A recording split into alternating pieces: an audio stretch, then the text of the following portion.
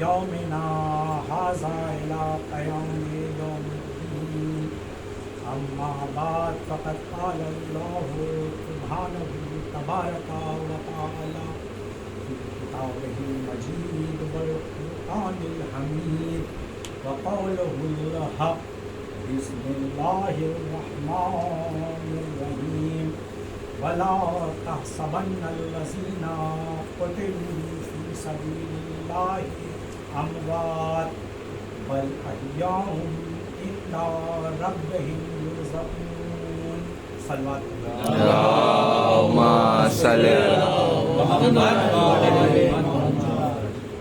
کتاب باری کی جس آیت تلاوت کا شرف حاصل کیا گیا ہے وہ سورہ آل عمران کی 169ویں آیت ہے 169 نمبر کی آیت ہے جس میں ارشاد رب العزت ہوتا ہے کہ دیکھو ہرگز ان لوگوں کو مردہ نہ سمجھنا جنہوں نے راہ خدا میں اپنی جان بھی قتل ہوئے بلکہ وہ زندہ ہیں اور نہ صرف زندہ ہیں بلکہ اپنے رب کی طرف سے رزق بھی پا رہے ہیں. یہ صلوات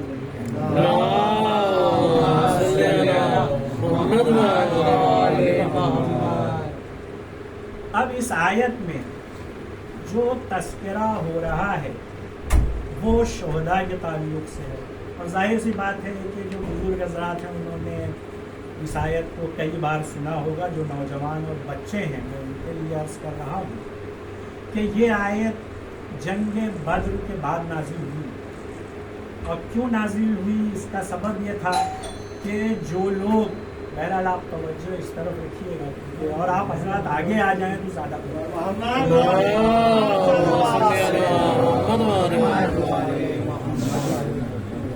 ایک بار اور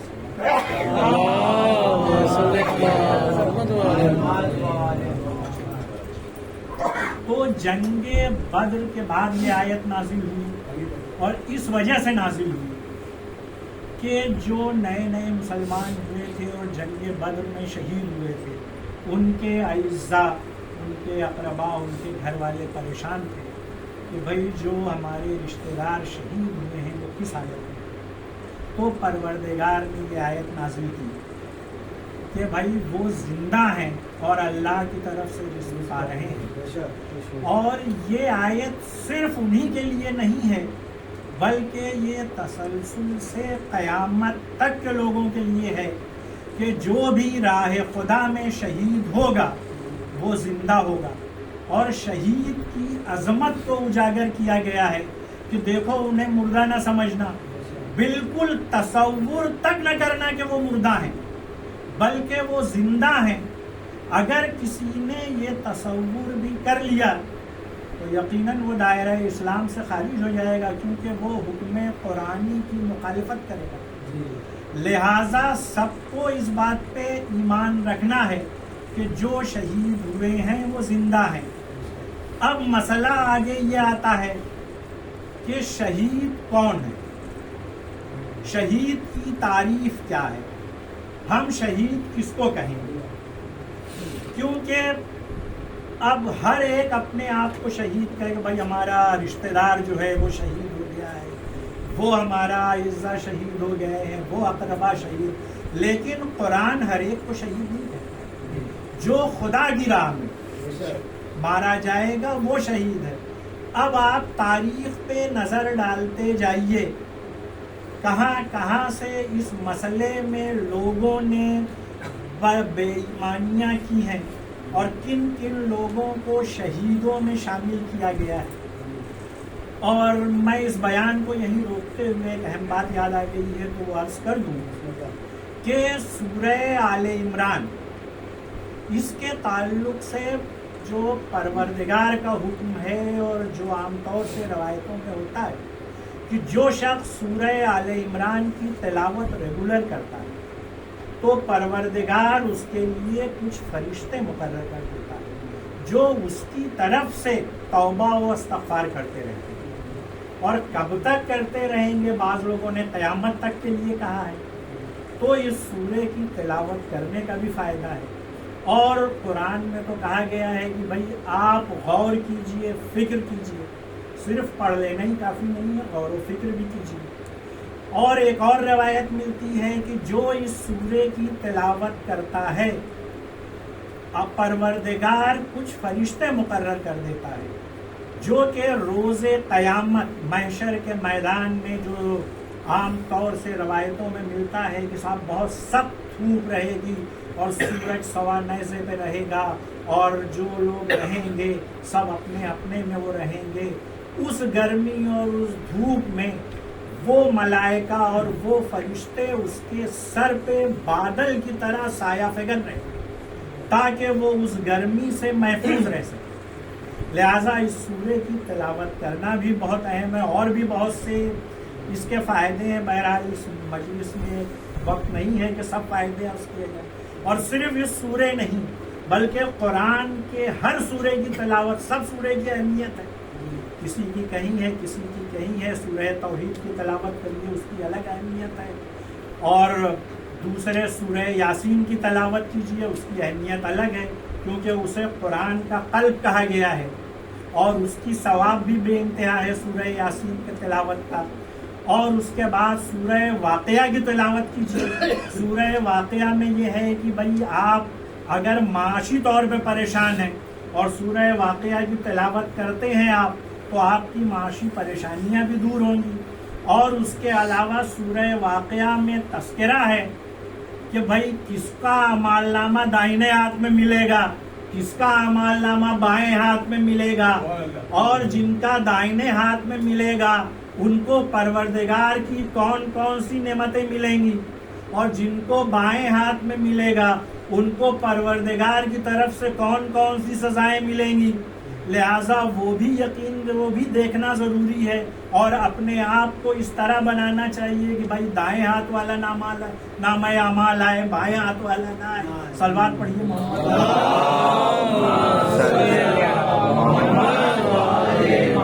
اور اسی کے ساتھ سورہ انا اعطیناک کی بھی ہے.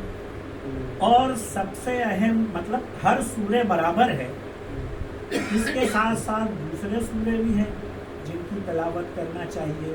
سورہ والعصر ہے، اس کا بھی بے انتہا فائدہ ہے. اسی کے ساتھ تبت یدا ابی لہب بھی ہے، اس کی بھی تلاوت کرنا. یعنی آپ یہ سمجھیے کہ پورا قرآن اگر میں مختصر کر کے کہوں تو تولا اور تبرہ کا مجموعہ ہے.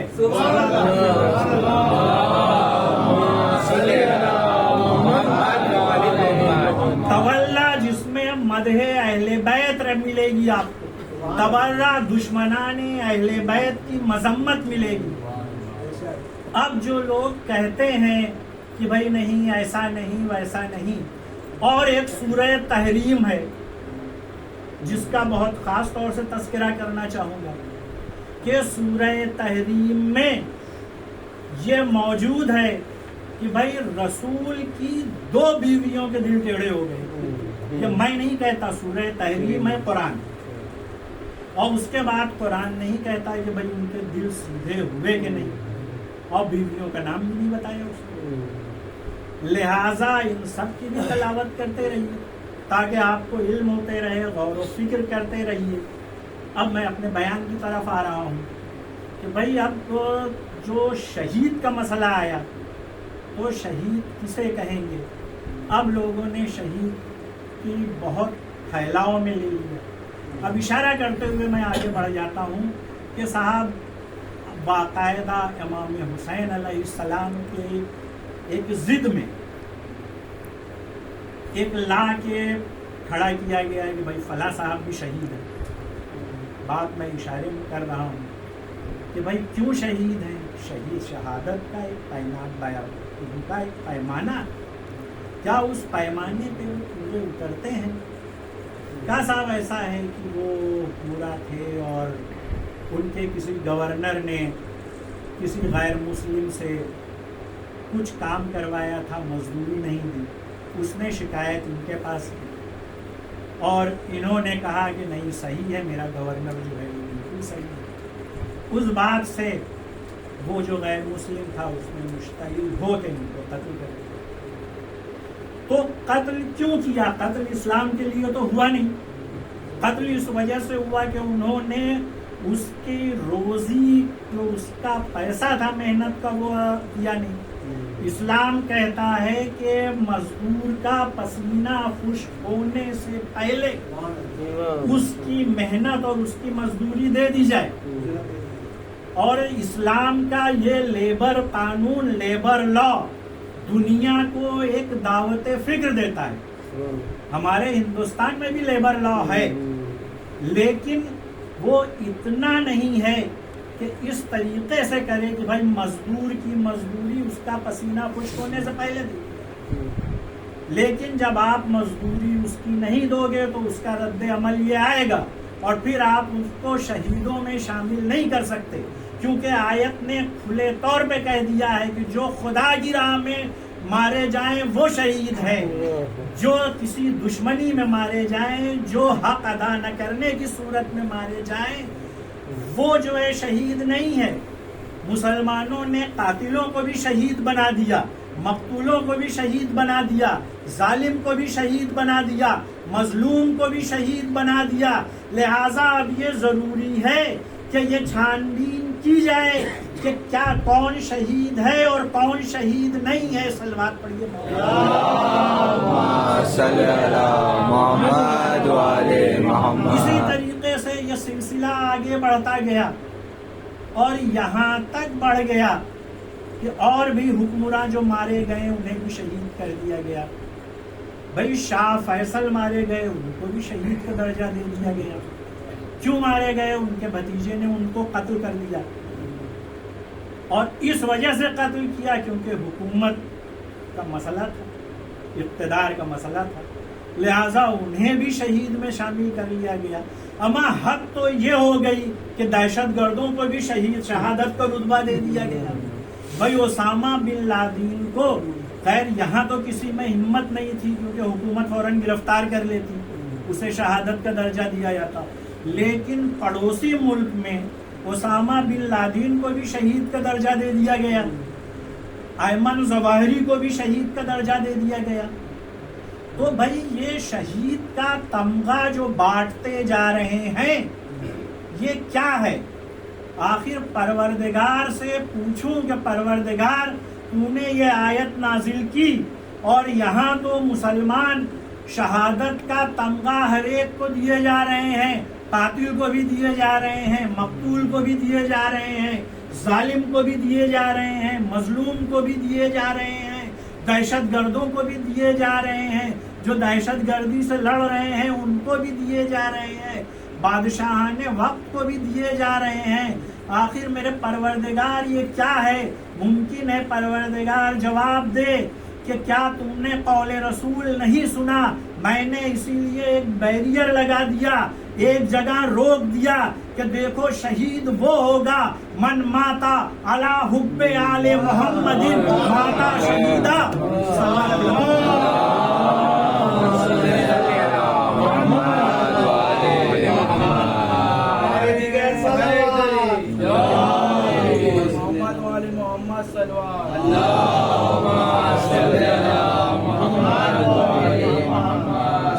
پروردگار شہید کون؟ پروردگار کہے گا کہ بھائی میں نے اپنے رسول کو پیغام بھیج دیا کہ شہید وہ ہے جس کے دل میں محبت آل محمد اور آل محمد کی محبت جس کے دل میں ہوگی اور وہ دنیا سے رخصت ہو جائے گا، وہ شہید ہوگا۔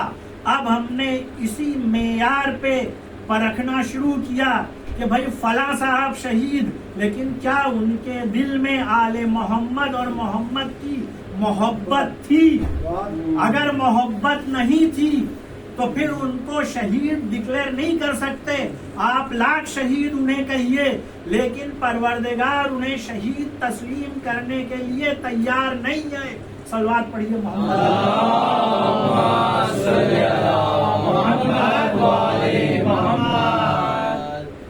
اور یہ مسئلہ ہے کہ یہاں پہ امام حسین کی ضد میں جو شہادت جس میں ان کو مرتبہ دیا جا رہا ہے اس کے بعد اور لوگوں کو بھی صاحب وہ اقتدار میں تھے اور ان پہ حملہ ہوا. بھائی وہ اقتدار میں تھے, اگر ان پہ حملہ ہوا, باغیوں نے حملہ کیا, تو وہ ان کی فوج کیا کر رہی ہے اور کیوں ہوا؟ پتا چلا ان کے جتنے گورنرز تھے انہوں نے مقرر کیے تھے اپنے خاندان کے, وہ سب جو تھے وہ ایک طریقے سے ظالم تھے, ایک طریقے سے بے ایمان تھے.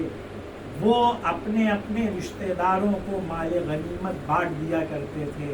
لہذا لوگوں نے جب شکایت کی اور اس شکایت کا مداوع نہیں کیا گیا اور ان کی ہمت افزائی کی گئی. بہرحال یہ میں نہیں کہہ رہا ہوں, یہ ابو الاعلیٰ مودودی نے خلافت و ملوکیت میں لکھا ہے. آپ اس کو کہاں لے کے جائیں گے؟ یہ تو کہہ دیں گے بھائی شیعہ جو ہے دشمنی صحابہ میں بول رہے ہیں, لیکن جو ابو الاعلیٰ مودودی نے لکھا اس کو کہاں لے کے جایا جائے؟ اب جب یہ معاملہ ہوا تو کچھ لوگوں نے حملہ کیا, قتل کر دیا. اب صاحب اس کو بھی شہیدوں میں شامل کر دیا گیا.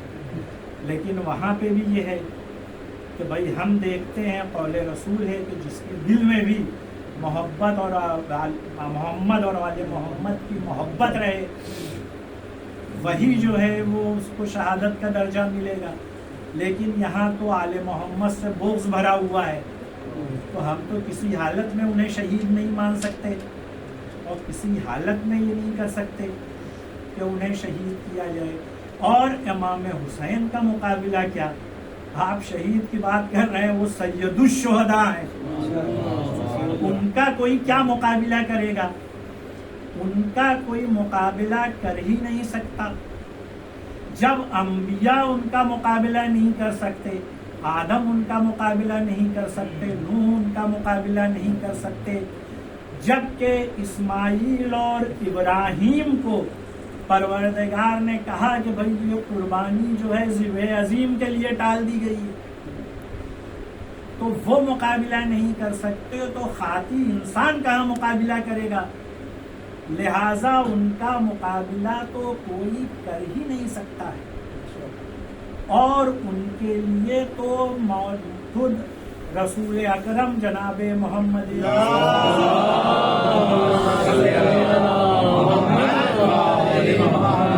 ان کے فرمان ہیں, ان کا قول ہے, ان کے اقوال ہیں. حسین منی وانا من الحسین موجود ہے کہ حسین مجھ سے ہے, میں حسین سے ہوں. لہذا حسین کے بارے میں تو کوئی کہہ ہی نہیں سکتا. اب بہت سے لوگ آ رہے ہیں یزید کی حمایت میں کہ میں یزید کی حمایت نہیں کرتا. یہ کہتے ہیں کہ میں یزید کی حمایت نہیں کرتا, لیکن پھر بھی یزید کی حمایت کر رہے ہیں اور عزاداری کو روکنے کی کوشش کر رہے ہیں.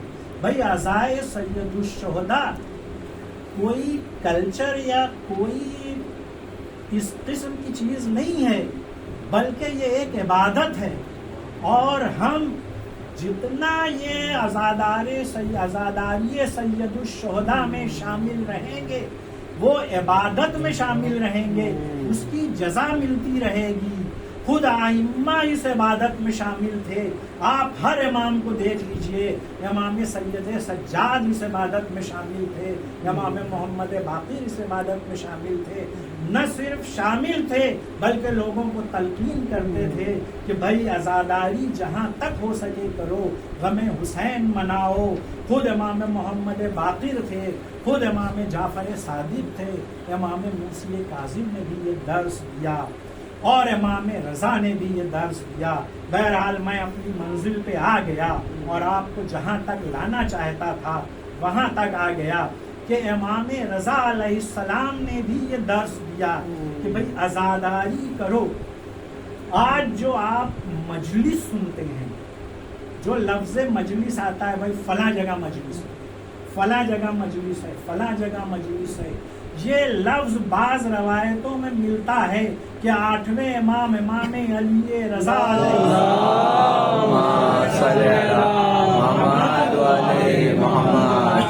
نے دیا. لوگوں سے کہا کہ بھائی اپنے اپنے گھروں میں مجلسیں برپا کرو, کیونکہ ان کو ایسا ماحول میسر ہوا تھا جہاں وہ آزاداری کی تبلیغ کر سکتے تھے، جہاں وہ دین اسلام کی تبلیغ کر سکتے تھے، لہٰذا انہوں نے کیا۔ واقعات ملتے ہیں کہ دیبل خزائی جو کہ بہت مشہور مداح اہل بیت تھے، ان کو بلاتے تھے اور اپنے گھر میں باقاعدہ پردہ کھنچواتے تھے، اور ان کے گھر کی خواتین اس طرف بیٹھتی تھیں، لوگوں کو یہاں بلاتے تھے، سامنے بٹھاتے تھے اور دیبل سے کہتے تھے کہ بھائی مرثیہ پڑھو۔ امام بیٹھے ہوئے ہیں، امام کے سامنے دیبل خزائی منبر پہ جاتے ہیں اور مرثیہ پڑھتے ہیں۔ اب آپ عظمت کا اندازہ لگائیے کہ دیبل کتنے خوش قسمت تھے کہ امام کے سامنے منبر پہ بیٹھتے تھے اور مرثیہ پڑھتے تھے۔ دیبل خزائی کی یہ عظمت تھی۔ اور انہی کا ایک واقعہ ہے، دیبل خزائی کا ایک شعر ہے جس کو میں کافی پہلے کوٹ کر چکا ہوں کہ شبلی نعمانی نے اپنی کتاب المامون میں لکھا ہے۔ یہ تھا کہ امام علی رضا کو مامون رشید یہ چاہتا تھا شہادت کے بعد دفن ہارون کی قبر میں کرے۔ ہارون کی قبر میں تو وہ دفن کر نہیں سکا، لہذا قبر کے قریب داہنے طرف اس نے دفن کیا۔ لیکن دیبل خزائی نے اتنا مشہور شعر کہا کہ وہ شعر مجبوراً شبلی نعمانی کو بھی کوٹ کرنا پڑا، اور عربی کا شعر اس کا مفہوم یہ ہے کہ اگر کسی پاک آدمی کے پاس کسی نجس آدمی کو دفن کر دو تو بھی اس کا کوئی فائدہ نہیں، یا کسی نجس آدمی کے پاس پاک آدمی دفن ہو تو وہ بھی فائدہ حاصل نہیں کر سکتا ہے۔ صلوات پڑھیے محمد۔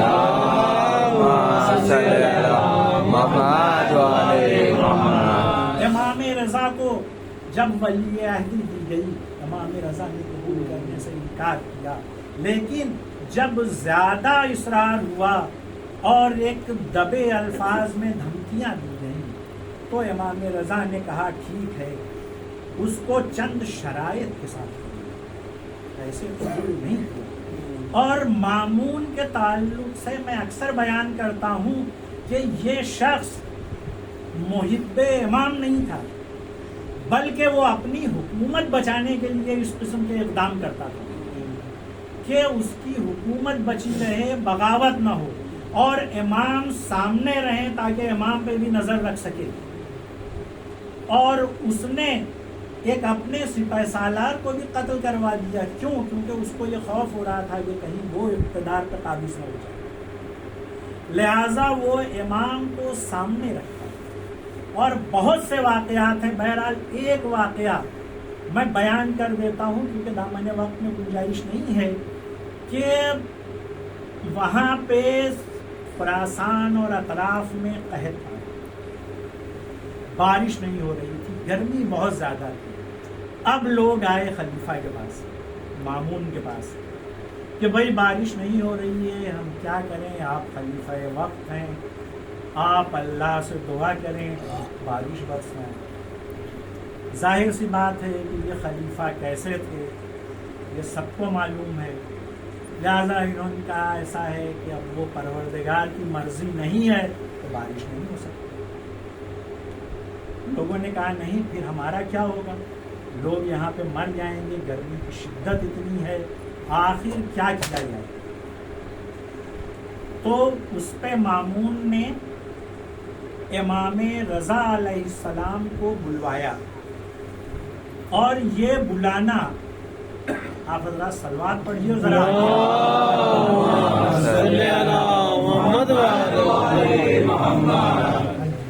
اور امام رضا علیہ السلام کے سامنے یہ بتایا کہ بھائی دیکھیے یہ لوگ آئے ہیں، اور اس نے سمجھا کہ بارش تو ہوگی نہیں، لہذا نعوذ باللہ ان کی بے عزتی ہو جائے گی۔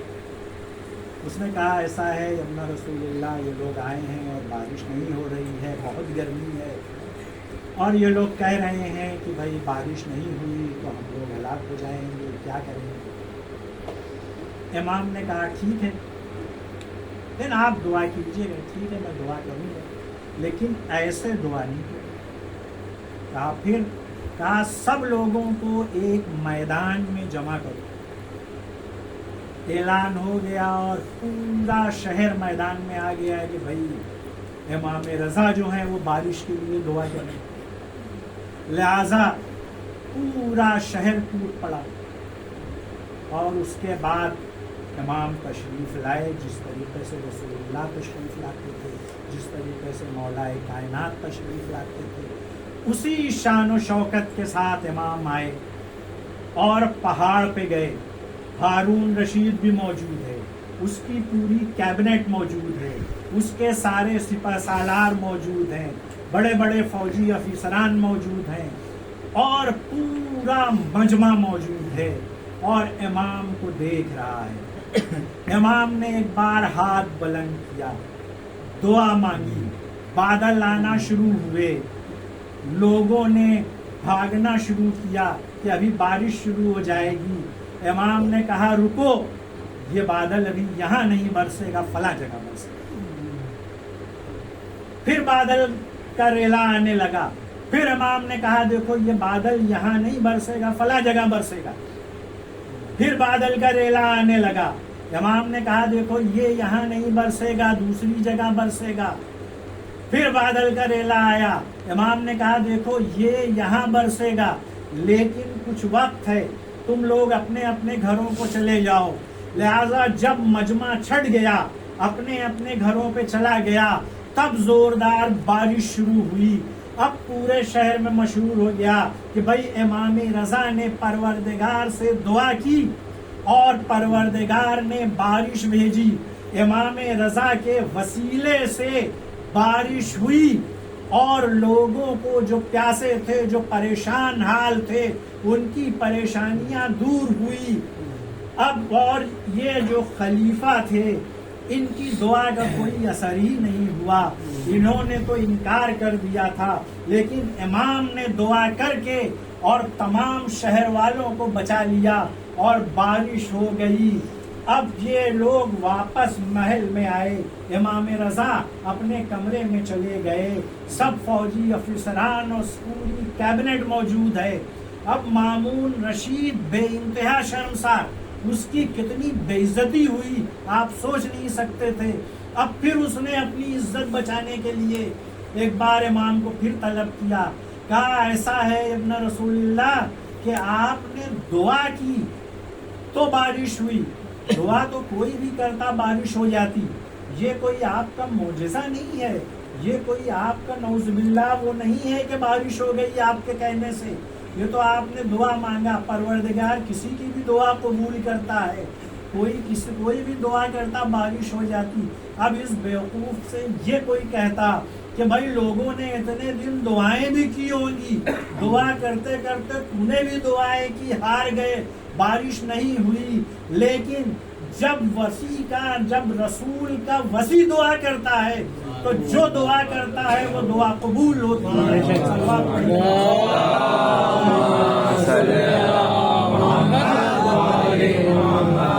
جب امام سے اس نے یہ کہا تو ایک بار امام نے اس کی طرف دیکھا اور اسی جگہ ایک تصویر تھی جس میں شیر تھا۔ امام نے ایک بار شیر کو صرف اشارہ کیا، شیر اپنی حقیقی صورت میں آ گیا، اور جو بڑھا تو مامون رشید کرسی پہ غش کھا کے گر گیا اور دربار میں کوہرام مچ گیا۔ شیر آگے بڑھا، امام نے روک دیا، کہا بس یہیں تک، اس سے آگے نہیں۔ لہذا اب مامون رشید تلملانے لگا کہ اگر یہی دور قائم رہا، اسی طریقے سے رہا تو میری حکومت ختم ہو جائے گی۔ اس کے جو ایڈوائزرز تھے انہوں نے بھی ایڈوائز دیا کہ دیکھ حکومت ختم ہو جائے گی، تو کچھ بھی راستہ نکال۔ لہذا ان کے سامنے وہی ایک راستہ بچا رہتا ہے کہ زہر دغا سے شہید کرے، تو لہذا امام کو بھی دیر زغا سے شہید کرنے کا منصوبہ بنایا گیا اور انگور کے ذریعے زہر ملایا گیا۔ امام کو اس سے پہلے امام نے اپنے خادم ابا سلط سے کہا، ابا سلط جا کے ہارون رشید کے پائتلی کی مٹی لے کے آؤ۔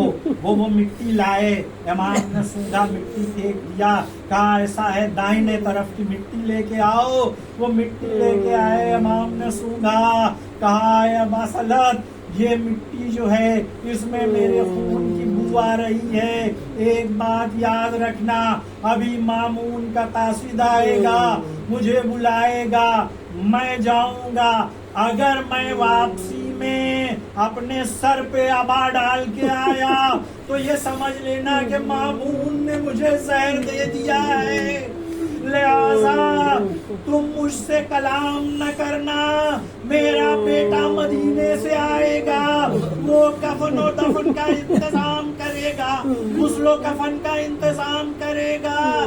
لہذا ابا سلط بیٹھے رہے جب تک ایک خادم آیا مامون کا، کہا مولا یہ ابن رسول اللہ آپ کو مامون نے طلب کیا ہے۔ امام اٹھے، کہا انا للہ و انا الیہ راجعون، روانہ ہوئے، دربار میں پہنچے۔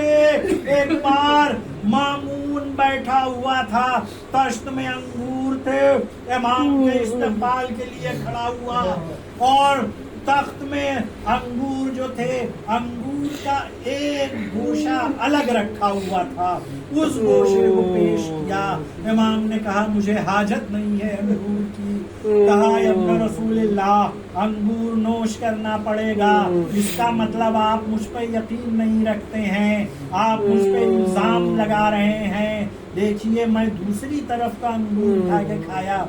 امام نے کہا مجھے کوئی خواہش نہیں ہے انگور کی، کہا نہیں آپ کو انگور کھانا پڑے گا۔ لہذا زبردستی اس نے جب کیا تو امام نے چند دانے انگور کے اٹھائے، نوش فرمائے، ایک بار اٹھے، ابا کو سر پہ ڈالا، جانے لگے۔ مامون نے کہا کہ ابن رسول اللہ کہاں جا رہے ہیں؟ کہا جہاں تو بھیجنا چاہ رہا تھا وہی جا رہا ہوں۔ اب امام کمرے پہ آئے تو دیکھا، ابو ابا سلط نے دیکھا کہ امام سر پہ ابا ڈالے ہوئے ہیں، لہذا وہ خاموش رہا۔ تھوڑی دیر کے بعد امام شہید ہو گئے۔ ایک بار دروازہ کھلا، ایک بچہ آیا، اس نے ابا سلط نے کہا تم کس طرح آئے؟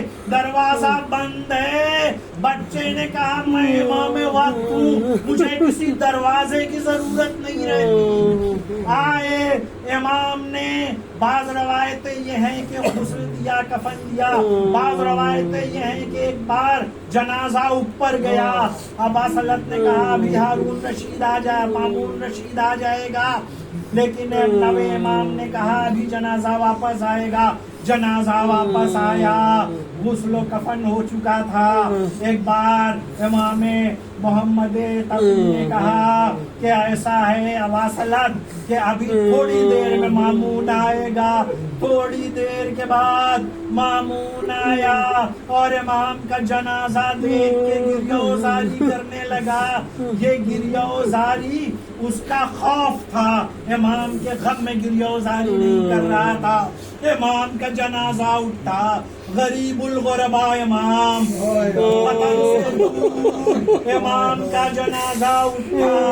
ابھی شبیہ تابوت امام رضا برآمد ہوگا، آپ حضرات گریہ ماتم کریں گے۔ امام رضا کا جنازہ شایان شان طریقے سے اٹھا، لیکن میں امام سے کہوں گا مولا آپ کا جنازہ، آپ کی شہادت غریب الوطنی میں ہوئی، لیکن آپ کا جنازہ اٹھا اور کفن و دفن ہوا، لیکن ہائے آپ کے جد میرا مظلوم امام، اجرکم اللہ، پروردگار آپ کو کوئی غم نہ دے سوائے غم اہل بیت کے۔